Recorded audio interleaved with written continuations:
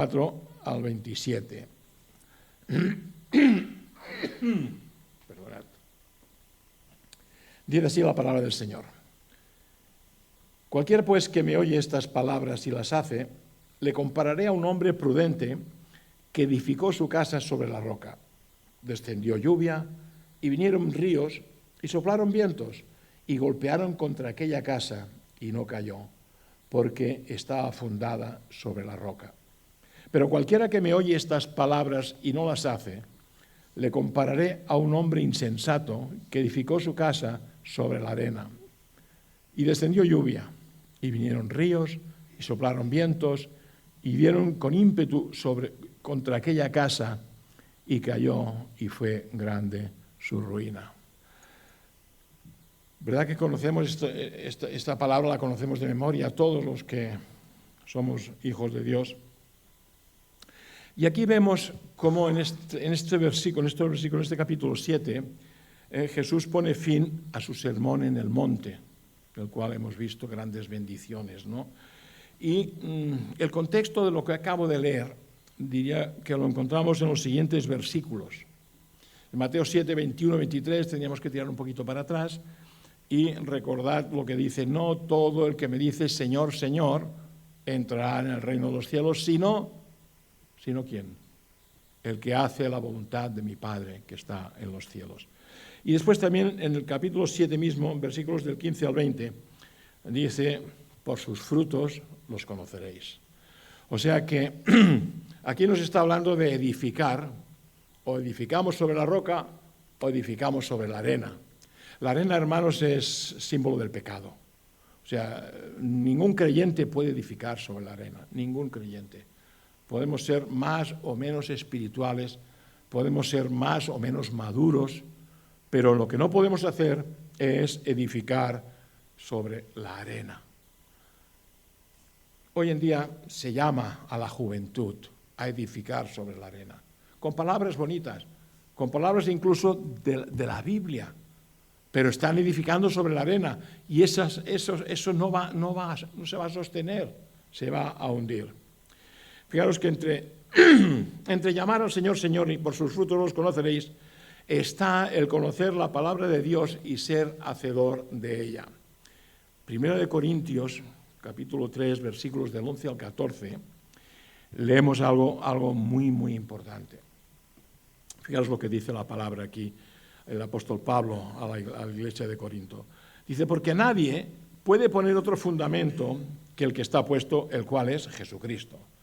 Y si sobre este fundamento alguno edificare oro, plata, piedras preciosas, madera, heno, hojarasca, la obra de cada uno se hará manifiesta, porque el día la declarará. Pues por el fuego será revelada, y la obra de cada uno, cual sea, el fuego la probará. Si permaneciere la obra de alguno que sobreedificó, recibirá recompensa. Bueno, es un versículo realmente importante, ¿no?, para todo creyente, ¿no? Aquí el apóstol Pablo nos está diciendo que el fundamento, la roca, es Cristo. Y sobre esa roca se puede edificar oro, plata, o también hojarasca, que es el que edifica sobre la arena, ¿no? En esta parábola que hemos leído, los dos hombres han oído el Evangelio, los dos. Ambos conocen el camino de la salvación. Sin embargo, uno oye, pero decide vivir según sus criterios. Y aunque se llama cristiano, evidentemente no lo es. No lo es. El otro sí. El otro oye y actúa conforme a lo oído. Es hacedor de la palabra, como leemos también en Santiago, ¿verdad? Por lo tanto, vemos que primero, la dependencia de Dios lleva a la obediencia. El que depende de Dios es obediente a Dios. No podemos depender de Dios como cristianos, decir, no, yo dependo de Dios, y ser desobediente es importante, es imposible. La dependencia de Dios lleva a la obediencia, lleva también a la abnegación, a permanecer en el camino de la fe y ser transformados por la sana doctrina y así dar fruto. Esto es el dónde estamos construyendo, que es sobre el fundamento que es Cristo y guiados por su palabra. La dependencia de uno mismo, que es el que edifica sobre la arena, lleva a la ruina espiritual, ya que la desobediencia está implicada en todos sus actos. Esto es el construir sobre la arena, dejando a Cristo de lado. Un día escuché a David Barcelona, algunos lo conoceréis, ¿verdad? Sobre este versículo escuché una ilustración que me hizo gracia y la anoté, os la voy a leer. Es de él, no es mía, es de David Barcelona. Dice, un creyente murió y fue al cielo. Al llegar vio una casa de oro reluciente. Le preguntó al ángel, ¿de quién es? De Abraham. Pasaron por otra que era de plata y piedras preciosas. Le preguntó, ¿y esta? De Moisés. Y otra más, ¿y esta tan hermosa? ¿De quién es? De Spurgeon. Y así fueron viendo mansiones. Al final le preguntó, ¿y la mía? Caminaron un buen trozo y llegaron a una que eran 4 palos y una manta encima. Esta es, le dijo el ángel. Él, desconcertado, preguntó, ¿y eso cómo puede ser? El ángel le contestó, mira, el terreno es por gracia de Dios, pero la construcción se ha hecho con los materiales que tú enviaste desde la tierra. O sea, que es una ilustración, pero que realmente pues, nos hace entender, ¿no?, la importancia de lo que estamos haciendo aquí, de dónde estamos construyendo nosotros nuestra fe, si la construimos sobre la roca que es Cristo o la construimos sobre la arena que es el pecado. Hermanos, es verdad que resulta difícil vivir en paz en el mundo de hoy. Nuestro hermano lo ha dicho, ¿no? Cuántas tormentas invaden nuestras vidas, como cristianos, ¿eh? Hay tormentas que invaden nuestras vidas. ¿Y el mundo a qué invita? El mundo invita a la evasión de la tormenta por medios que, además de no agradar a Dios, no solucionan en absoluto el problema. Es más, lo agrava. Y muchas veces lleva a la violencia, lleva al alcohol, lleva a las drogas y, desgraciadamente, también lleva hasta el suicidio. Hoy el mundo emplea todos los esfuerzos en una sola dirección, hermanos, y es la búsqueda del bienestar y la tranquilidad con la ley del mínimo esfuerzo. Es lo que el mundo quiere. Y en la vida cristiana esto es un gran estorbo para la paz y crecimiento espiritual, porque se ignora por completo los cimientos de nuestra vida. La roca, símbolo de Cristo, es la piedra angular, es donde nosotros estamos. Y la arena, que es símbolo de pecado, es inestabilidad y fluctuación. Una vez que el cristiano ha puesto el cimiento de su vida, que es un encuentro personal con Cristo, la pregunta es, ¿cómo debemos continuar edificando sobre ese cimiento? Ya está todo hecho, ¿no? Pues no está todo hecho. No está todo hecho para verificar realmente dónde estamos edificando. En esta parábola tan conocida hallamos la respuesta. Observemos que la diferencia entre estos 2 hombres no radicaba en las pruebas a que fueron sometidas sus casas. Lo hemos leído, ¿verdad? No, cada casa tuvo que soportar la tormenta, el viento, la lluvia y la inundación. O sea que la diferencia, ¿dónde estaba? Radicaba sobre dónde estaban edificadas esas casas. Si sobre la arena o sobre Cristo. El cristiano, hermanos, no está libre de tormentas, pero la palabra nos insta, como leemos en Hechos 14:22, exhortándoles a que permaneciesen en la fe y diciéndoles, es necesario que a través de muchas tribulaciones entremos en el reino de Dios. Esto no nos gusta a nadie, ¿verdad? Yo arrancaría esa página. ¿Por qué? Porque a nadie le gusta escuchar estas palabras, que son palabras de Dios, que es necesario, dice, es necesario que a través de muchas tribulaciones entremos en el reino de Dios. Pero yo no quiero tribulaciones, yo quiero vivir bien, yo quiero divertirme, yo quiero que nada me estorbe. No, la palabra dice todo lo contrario. Es necesario que a través de muchas tribulaciones entremos en el reino de Dios. Y este versículo tan cortito, vemos 2 cosas importantes. Primera, que permanecer en la fe es igual a obediencia al Señor, obediencia a la palabra de Dios. Y segunda, que para ser vencedor en las tribulaciones hay que estar en dependencia de la soberanía de Dios. Dios es soberano, ¿verdad que sí? Que todos sabemos que Dios es soberano. Y si Dios es soberano de nuestras vidas, es soberano de nuestras situaciones personales, es soberano de nuestros hijos, es soberano de nuestros nietos, es soberano de todo. Dios es soberano y como todo es de Él, Él puede hacer lo que quiera. Y a veces, claro, nos plantamos, Señor, ¿y por qué? ¿Por qué a mí? Que soy un hijo fiel, que voy cada día, cada domingo a la iglesia, que ofrendo, que esto. ¿Por qué a mí, Señor? ¿Por qué a mí me pasan todas estas circunstancias? Porque es una tribulación necesaria, porque tu fe tiene que ser probada. Y esa tribulación que te ha venido es para ver cómo reaccionas. Y estás reaccionando mal ya. Cuando preguntas el por qué, estás reaccionando mal. Tal vez deberíamos preguntar, Señor, ¿para qué? Que es muy distinto. ¿Para qué estoy pasando por esta tribulación ahora? Tal vez hay algo en mi vida que no te agrada. Sé que hay muchas cosas, que nosotros seguimos siendo pecadores, pero podemos examinarnos a nosotros mismos, como dice Pablo, examinaos. Si estáis en la fe, examinaos, ¿no? Debemos examinarnos, ¿no? Y ese para qué puede hacer que nos examinemos. Cualquier camino al cielo que rehuya las tribulaciones, las pruebas, la aflicción, es un engaño y no nos conducirá al destino prometido.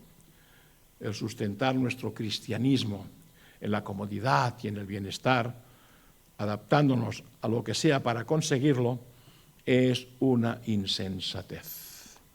Hoy vemos, desgraciadamente, que se llama a muchos jóvenes, sobre todo a los jóvenes, se llama a todo el mundo, pero a los jóvenes sobre todo, a vivir en un bienestar, algo que le gratifique sus ojos, sus oídos. Y eso, hermanos, es una insensatez. Si tú escuchas la palabra de Dios, si tú te has arrepentido de tus pecados, si el Señor te ha puesto en una congregación, tienes que ser fiel y trabajar y ser un obrero en esa congregación, o ser un diácono, ser un servidor, como dice Dios. No buscar aquello que a ti te agrada, no buscar aquello que tú te sientas bien. ¿Pero bien en qué? ¿A tu alma espiritual? No. Bien a ti mismo, a tu persona. Hermanos, a mí me duele ver esto y lo veo y lo he visto desgraciadamente en muchas congregaciones, ¿no? Que hay jóvenes que se marchan. Porque esta iglesia es de viejos y la iglesia es del Señor, no es nuestra. Lo nuestro es el local. La iglesia somos todos. Y la iglesia, si es de viejos, pues mira a Abraham, mira a Moisés. Si es de viejos, no querrás estar arriba, ¿no? ¿O que te piensas que arriba será una discoteca permanente? ¿Verdad que no? Por eso que nos duele, ¿no? Ver que hay visiones que se desvían de lo que es la palabra de Dios. Por lo tanto, la pregunta es, ¿qué diferencia hay entre estos dos hombres que construyeron sus casas?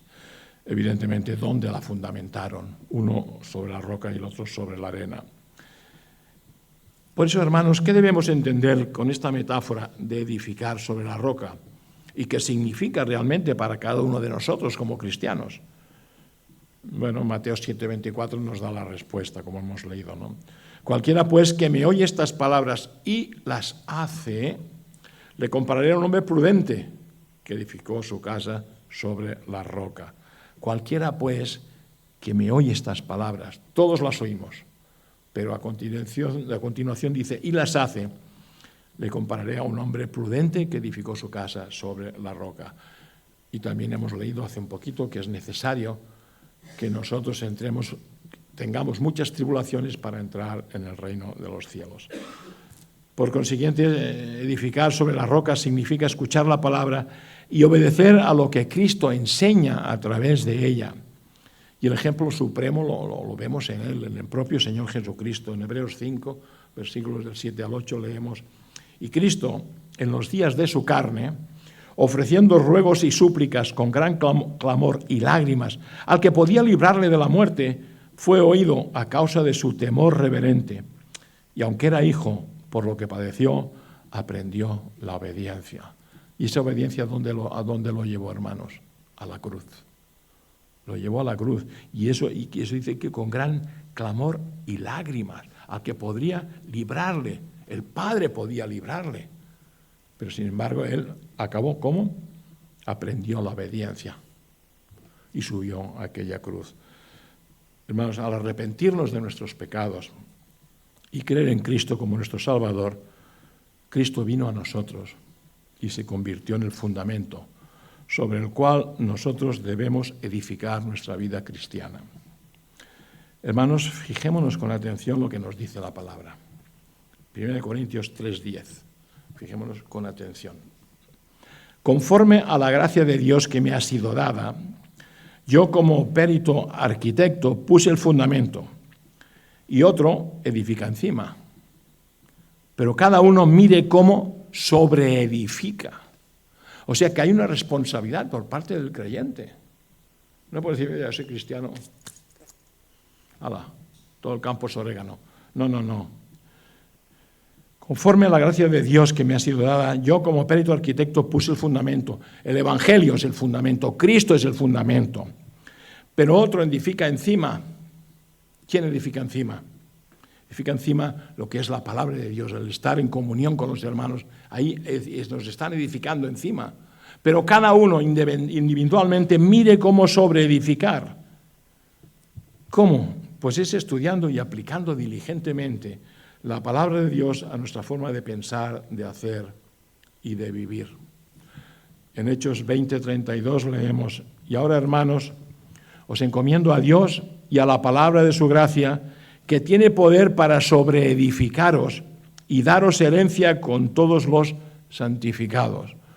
Hermanos, hay muchos textos en la palabra de Dios que nos hablan de sobreedificarnos, nosotros mismos, para sobreedificarnos, y el Espíritu Santo también sobreedifica. O sea, es un conjunto, el Espíritu Santo sobreedifica, pero nosotros tenemos que sobreedificar. ¿Cómo? Pues atendiendo, o desatendiendo, mejor dicho, aquello que el mundo nos está llamando. El mundo nos está llamando con luces, con colorines. Yo, hermanos, veo iglesias que parecen discotecas, con una serie de luces, que yo digo, pero estas luces, ¿de qué vienen? Aquí tenemos que tener luz, porque no nos veíamos, pero es una luz blanca, de un fluorescente normal y corriente. Pero ¿qué pasa con esas iglesias que hay luces? Y hay como las discotecas, eso que giran y van llevando la luz de un sitio para otro.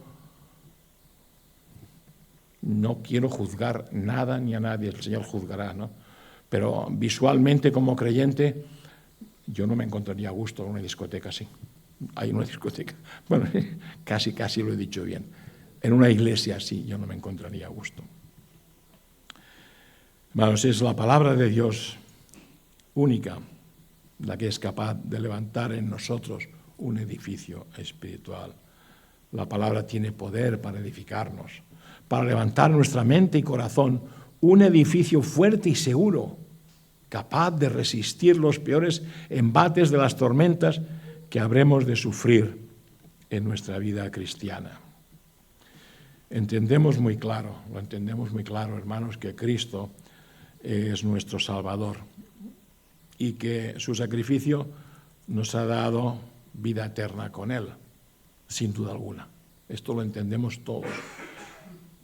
Pero tal vez ya no lo tengamos tan claro cuando la palabra nos insta a vivir de cierta forma que algunas veces no concuerda con nuestra forma de verlo y de pensarlo.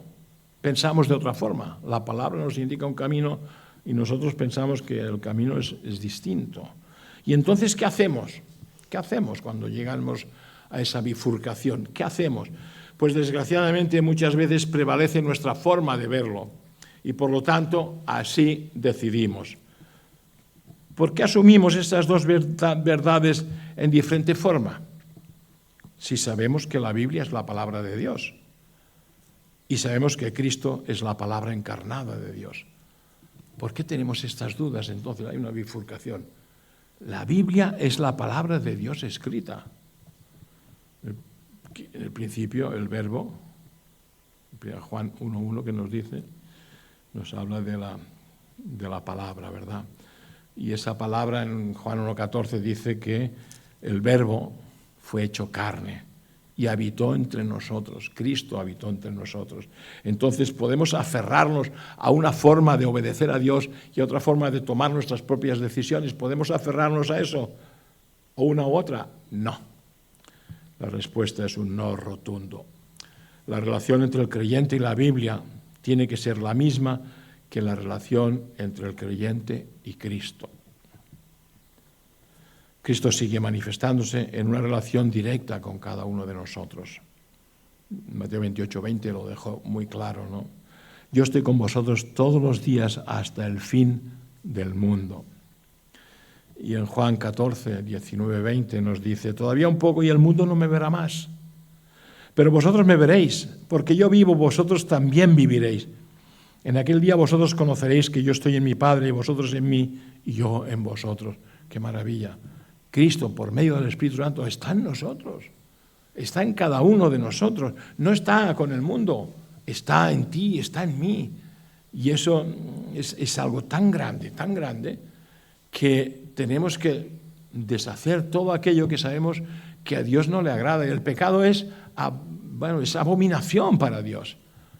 Si pecamos, hermanos, yo lo sé, yo primero, pecamos todos, porque seguiremos pecando hasta que estemos con el Señor. Pero hay un arrepentimiento y hay un anhelo de seguir el camino estrecho, el camino de Dios, no el camino ancho. Una cosa es que yo un día meta el pie en ese camino ancho y después me dé cuenta y me arrepienta y le pida perdón a Dios. Y otra cosa es que meta el pie en el camino ancho, después el segundo pie en el camino ancho, después ya todo el cuerpo en el camino ancho, y me encuentre a gusto. No, pero yo soy cristiano, yo sí. Pues no puedes ser cristiano y estar en el camino ancho, son dos cosas incompatibles. Y eso lo dice la palabra, no lo digo yo, lo dice la palabra de Dios, ¿no? En Juan 14, 23 lo dice muy claro. Dice, Jesús dijo, el que me ama, mi palabra guardará, y mi Padre le amará, y vendremos a él y haremos morada con él. El que me ama, pero bueno, yo le puedo amar y estar en el camino ancho. No. En el camino ancho hay pecado. Hay pecado, pero hay pecado voluntario. Hay pecado que te hace prevalecer en el pecado. Y el creyente cuando cae y peca, no prevalece en el pecado, ha tenido un tropezón, se levanta y dice, Dios mío, perdóname porque he pecado contra ti, perdóname, y se aparta de ese camino donde estaba.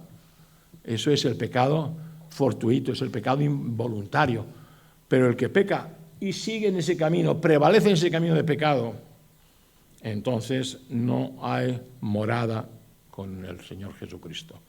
El que me ama, mi palabra guardará. La palabra nos insta a no pecar. Y el Padre le amará y vendremos a él y haremos morada con él. La clave de este versículo, hermanos, se encuentra en mi palabra guardará. Y esta es la marca distintiva entre el verdadero discípulo y una persona que está más en el mundo que en la palabra.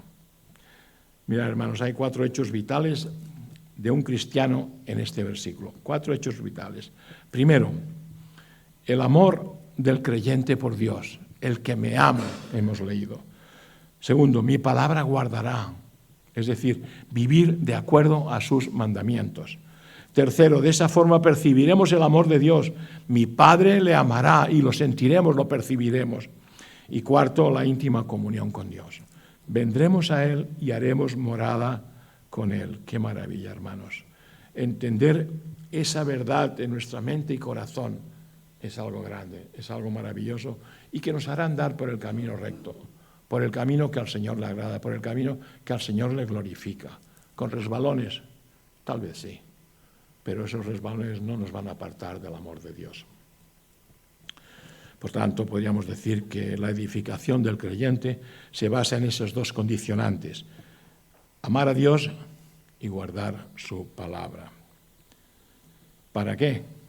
Pues para ser amados por el Padre y que el Padre haga morada con nosotros. Esto es edificar sobre la roca, hermanos. Esto es edificar en santidad. El apóstol Juan incidiría de una forma más clara, si cabe, sobre esto. Primera de Juan 2, 4, 5. El que dice, yo le conozco, y no guarda sus mandamientos, el tal es mentiroso, y la verdad no está en él. Pero el que guarda su palabra, en este verdaderamente el amor de Dios se ha perfeccionado, por esto sabemos que estamos en él. El que guarda su palabra, el que guarda sus mandamientos, en nosotros, si hacemos esto, se ha perfeccionado. ¿El qué? El amor de Dios. De estos dos pasajes, y voy acabando, hermanos, de estos dos pasajes se desprende que es imposible decir: soy creyente porque creo en la obra expiatoria de Cristo en la cruz, pero no cumplo la palabra de Dios, es decir, vivo conforme a mis deseos y hago de esos deseos mis propios mandamientos. Eso es imposible, eso es imposible. Toda interpretación basada en la convivencia de la salvación y no cumplimiento de la palabra es mentira. Y si escucháis a alguien que dice, no, yo soy cristiano, pero yo vivo así. No, tú no eres cristiano. Si vives así, no guardas la palabra de Dios. Y si el que no guarda la palabra de Dios, que acabamos de leer aquí, lee 1 de Juan. El que dice, yo le conozco, no, yo soy cristiano, pero bueno, mi vida es como, el Señor ya sabe cómo soy. El Señor ya me conoce, pero yo como creo en Él, yo sé que tengo la vida eterna junto a Él garantizada. ¿Tú le conoces? Sí, le conoces. ¿Guardas sus mandamientos? No. Pues eres un mentiroso. Oye, a mí no me ofendas. No, yo no te ofendo, lo dice la propia palabra de Dios. ¿Por qué? Porque la verdad no está en ti. O sea, que si no tienes la verdad en ti, no tienes la salvación. Así de claro, así de duro y así de rotundo es el Señor. Vivimos tiempos, hermanos, en lo que es cada vez más necesario realzar la supremacía de la Escritura, de la palabra de Dios, sobre toda fuente de revelación o doctrina. Hay muchas doctrinas hoy por ahí, hay muchas revelaciones hoy por ahí, de todo tipo. Y la palabra de Dios es la fuente sobre toda la doctrina que el Señor nos ha revelado para nosotros. Hay las 5 solas, recordáis las 5 solas, ¿no? Sola Escritura, sola gracia, sola fe, solo Cristo y solo a Dios la gloria. Y no nos podemos salir de aquí. La sociedad de hoy, aún hay ciertas doctrinas, enseñanzas, introducidas en la Iglesia, que tienen la tendencia de compaginar salvación y vida de acuerdo a la cultura del mundo. Y eso es un gran error, porque el Señor lo dice, no lo digo yo, lo dice el Señor. ¿No améis a quién? No améis al mundo, ni a las cosas que hay en él. El Señor lo dice claramente, no améis al mundo. Entonces, si yo digo, bueno, es que estamos en el siglo XXI y la Iglesia tiene que compaginar un poco de esa cultura que hay ahí fuera, que entre dentro, porque si no la gente se nos va. A Dios, si te vas a Dios. Pero la palabra, yo no puedo tachar lo que dice la palabra para retener a personas que dicen que me aburro, o que dicen que no, que allí también escucho la palabra de Dios, pero además bailo y hago toda esa serie de cosas. Hermano, lee la palabra, lee las doctrinas, la enseñanza. No améis al mundo, sea el siglo XXI o sea el siglo II. Esto estaba escrito en el primer siglo, ¿no? Y Pablo ya lo dice muy claramente. Bueno, Pablo, lo dice el Señor. No améis al mundo, ni las cosas que están en el mundo. Demasiadas veces, hermanos, se escucha más a esas voces que justifican esa convivencia con el mundo que a la propia voz de Dios a su pueblo. Y deberíamos examinar esas voces, examinarlas, no las del mundo, sino las que surgen de la Biblia. Y así nos lo hizo el Señor en 1 Tesalonicenses 5:21. No apaguéis al Espíritu, no menospreciéis las profecías, examinadlo todo, ¿y qué? Retened lo bueno. El Espíritu Santo que nos ha sido dado. En Juan 14:16 vemos cómo el Señor lo dice, ¿no? Y yo rogaré al Padre y os dará otro Consolador para que esté con vosotros para siempre. Él nos enseña a través de la palabra la buena voluntad del Padre para nuestra forma de vivir, para crecer en santidad. Porque en Tesalonicenses 4:3 leemos algo importante, que la voluntad de Dios es nuestra santificación. Hermanos, ¿cómo nos edificamos en Cristo? ¿Cómo nos edificamos en Cristo? ¿En una vida consagrada a Dios? ¿O bien en una vida que oye mucho este mundo de hoy en día? Para saber discernir los engaños que los hombres y los demonios introducen sutilmente en la iglesia del Señor, debemos de estar edificados y anclados en la roca, en Cristo. Y el Señor en Mateo mismo, 24, ya lo anunciaba. Dice, porque se levantarán falsos cristos y falsos profetas y harán grandes señales y prodigios, de tal manera que engañarán, si fuere posible, aún a los escogidos, aún a nosotros, si no estamos realmente bien anclados en la palabra de Dios, si no estamos bien anclados en la roca, en Cristo.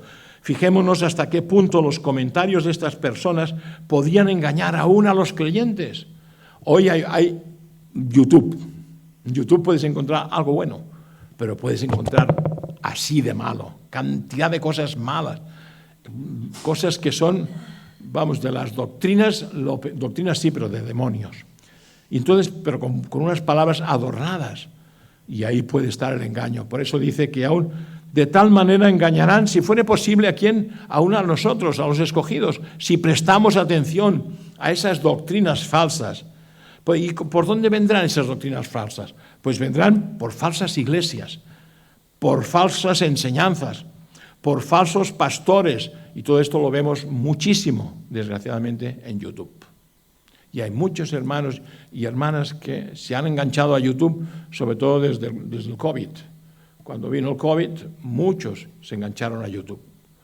Y muchos hermanos dejaron de ir a las iglesias. Pues ya no, yo ya me edifico a través de YouTube. Y muchos hermanos, pues YouTube, aquello fue, pues nos tuvimos que confinar por lo que era, por esa pandemia. Pero una vez pasada, volvamos se engancharon a YouTube y muchos han sido engañados por medio de esas falsas doctrinas y falsas enseñanzas.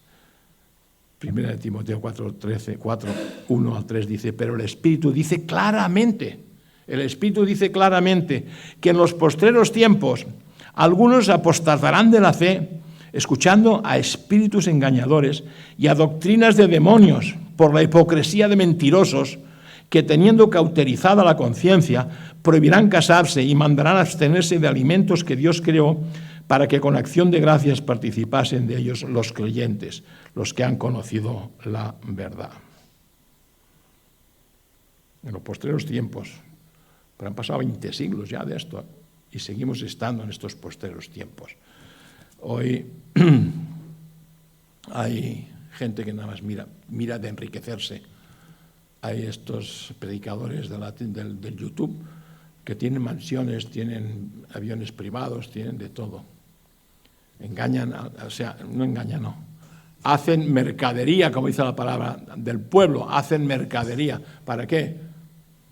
Para sacarles todo lo que tienen y más. Los expolian al 100%. Porque si tú das 100 euros, Dios te dará 1000. Venga y esfuérzate y da ya. Y los engaña y la gente se lo cree. En los postreros tiempos algunos apostatarán de la fe escuchando a espíritus engañadores. Y esto es lo que se está haciendo hoy en día. Hermanos, acabo. La palabra de Dios y el Espíritu de Dios siempre operan juntos en perfecta unidad y armonía. Jamás, un creyente jamás puede divorciar la palabra del Espíritu o el Espíritu de la palabra. Si somos creyentes, no podemos separar lo que es la palabra del Espíritu, ni el Espíritu de la palabra. Y hoy, desgraciadamente, se hace mucho, diciendo incluso que no toda la Biblia es palabra de Dios. Yo he escuchado a pastores, no de nuestra congregación, pero he escuchado a pastores diciendo, no, es que toda la Biblia no es palabra de Dios. Yo ni le dije nada, ya digo, pues vale. Pues entonces arranca lo que dice en Timoteo, 2 Timoteo, ¿no? 3:14, ¿no? Que dice, 3:16. Toda la palabra de Dios, toda, hasta las tapas, toda la palabra de Dios es inspirada por Dios. ¿Cómo puedes tú decir que no toda la Biblia es palabra de Dios? ¿Queréis introducir una doctrina de demonios? Bueno, yo me salgo porque de verdad que... No lo sé, porque ya no era católico, o sea que no. En fin, Con la palabra del Señor fueron hechos los cielos, y con el espíritu de su boca todo el ejército de ellos. Cuando hablamos de ejércitos, hablamos de toda la creación, ¿no? De los ángeles, de todo. Y cuando la palabra de Dios sale de su boca, su espíritu, que es Dios también, sale juntamente con ella. Hermanos, recordemos que no somos perfectos. Ni yo soy perfecto, ni tú eres perfecto. Lo sabemos. Ni lo seremos hasta que no estemos con el Señor. Pero sí podemos acercarnos al Señor en santidad. Es decir, permitir que su palabra nos vaya moldeando al carácter de Cristo. Gálatas 4:19, Pablo, que estaba enfadado, le dice: hijitos míos, por quienes vuelvo a sufrir dolores de parto, hasta que Cristo sea formado en vosotros. Hoy también Cristo debe ser formado en nosotros. La palabra debe de moldearnos, de transformarnos. Si no es así, es que estamos edificando sobre la arena. Y vendrán vientos y vendrán tormentas y nos iremos cuesta abajo. Hermanos, que el Señor nos dé sabiduría de lo alto para vivir de acuerdo a su palabra y así sobreedificarnos en la roca a nosotros mismos, que es Cristo, y evitaremos los engaños que hoy día se han infiltrado aún en las iglesias. Que el Señor os bendiga grandemente, hermanos.